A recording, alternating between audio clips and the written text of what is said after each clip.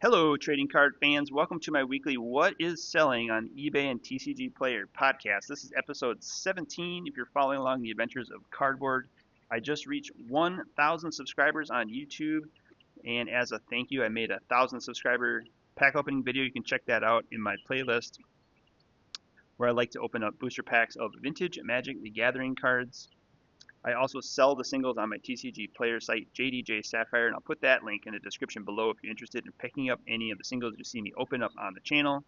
I've also recently, Avatar: The Last Airbender just released. It's November 2025, so this video is probably going to go live in December when the Avatar Play Booster boxes arrive. Sorcery's Gothic has also just been released on December 5th, so those will be the next set I'm chasing on the channel. And to make room, I sold a Bloomborough Play Booster box. These old booster boxes of Play Boosters contain 36 packs, unlike the current boxes that only contain 30 packs. These are selling for about $155. I think that was my last Bloomborough Play Booster box. After that, I sold another draft booster box of Innistrad Crimson Vow. These boxes were notoriously under $100 for a long time, but they're slowly surpassing $100. I believe this was $106 plus free shipping. Since I'm a level 4 seller on TCG Player, I can offer free shipping on all my booster boxes. Just like this Streets of New Capenna draft booster box, these were also under $75 for the longest time. But now that the current play booster boxes are coming out at $140, the old sealed out of print draft booster boxes are now selling for $99 or more on TCG Player. Somebody bought that box for $99 plus free shipping. I have a couple boxes left, maybe one more box of Streets of New Capenna left.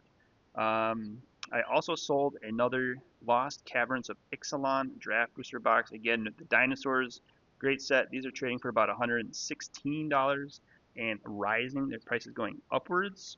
They're only getting harder to find, and I'm still selling them for free shipping on my TCG Player site. Also sold a Flesh and Blood Tales of Aria. This is a first edition booster box that contains 24 booster packs. These sell for about $42. Very inexpensive card game. Other Flesh and Blood sets are a little more popular than this one, but I have one more box of Tales of Aria left if anyone is looking for Flesh and Blood. Over on eBay, I sold a couple boxes of Flesh and Blood. These are the Part the Mistveil Japanese exclusive mastery packs. They contain 12 booster packs. They're kind of cute. Somebody bought 2 of those from me, and then the next day someone cleaned me out, made me an offer on my last 6 boxes of Flesh and Blood Part the Mistveil. So I'm going to pack these up today and ship these out to that patron who purchased the last of my Flesh and Blood packs. I picked those up as I was collecting the Rudy Gemkeeper puzzle pieces. So I'll make another video on my puzzle updates if you're following along those adventures. Over on eBay, I do sell complete sets of ordinaries and exceptionals and some uniques. I have some Arthurian Legends ordinary sets that I put together from opening up 30 booster boxes of Arthurian Legends.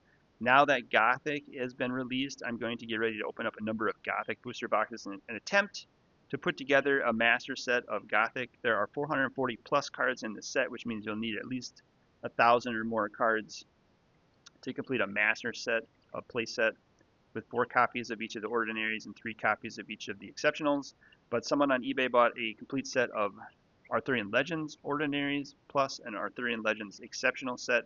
This was a very small set with 220 cards. They had 55 ordinaries, 55 exceptionals, 55 elites, and 55 uniques.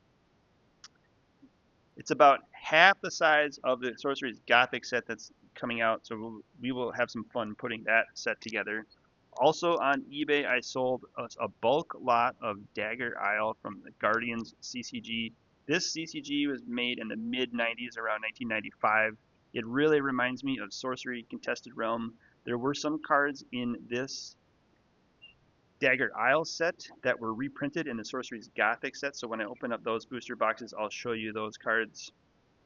This really has the vibe of the Sorcery trading card game, and I think the creators of Sorcery had probably played this game in the mid-90s and were fans of it. There's some elements of this card game that remind me of Sorcery, especially the land sites that are sideways. You can see most of the spells are portrait like this, but then there are some land cards that are printed horizontally, landscape-wise. So that reminds me of Sorcery. Plus, there's rubble on the back, which is an element of the Sorcery card game. So, someone bought this bulk lot of Guardians collectible card game cards, 151 cards. There's only 124 cards in this set. This is an incomplete set, but it has multiple copies. So if you're playing some trading card games like Guardians, CCG, I do sell those on my eBay page, where I also sell some signed cards. Also going out the door this week, I sold a signed copy of Chaos Confetti by Mark Tadine. If you're a fan of the channel, if you're one of my 1,000 subscribers, you know I like to go to the Magic Cons, bring my extra Magic the Gathering cards by my favorite artists and get them to sign cards, and then I collect those in my signed card collection, and then occasionally when I have a surplus and need to make room in the collection, I will let some of these gems go on eBay. So this Chaos Confetti signed in silver sold this week, and then I also sold a rainbow foil Professor Teklovosen signed by the Tellurian Community College professor. The professor, I think he signs it the prof.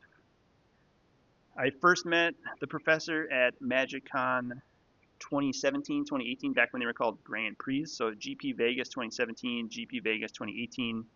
We did some vending and some pack openings. If you search for those videos, we were much younger back then and just getting into Magic the Gathering, but we had a lot of fun. It was good to see him again last year at GP Vegas. Actually, it was MagicCon Las Vegas last year, but I stood in line at the meet and greet and had him sign a number of copies of this Flesh and Blood card from, this is a Mechanologist Hero from the Blitz deck. I had him sign a number of copies, and so I sold one of these copies where he signed it in gold on my eBay site, jdj-sapphire. So that's everything that I'm going to be packing up and shipping out today. I don't have any loose booster packs to open, but I did receive my Avatar Play Booster boxes. So if you like this video and subscribe to the channel, the next video that I'll upload is me opening up this Play Booster box of Avatar The Last Airbender Play Boosters. That's 30 booster packs. And then I will make some shorts out of the best hits out of that set. We'll learn about these cards. We'll figure out their prices together in real time. And then we'll upload that to our YouTube channel. Some of my other pickups of the week were this Rudy Flesh and Blood Gem Keeper sleeves. These were hard to get, so I picked up this on eBay along with this puzzle piece. This is piece number 4 that goes with the Rudy Gem Keeper puzzle quest. If you're following along the puzzle completion, I've got about 7 out of the 9 cards. I'm going to trade in a few of them to try to get piece number 8, and then maybe trade that in for the fabled piece number 9. So I'll make a playlist of all my Rudy Gem Keeper Puzzle Quest videos if you want to see me track down all the Gem Keeper puzzle pieces. That's also coming up on the video. Thanks for tuning in today. Thanks for shopping on eBay and TCG Player. Stay tuned for the Avatar Play Booster Box opening next, and then the Gothic Booster Box openings shortly after that. Thanks everyone. Happy collecting.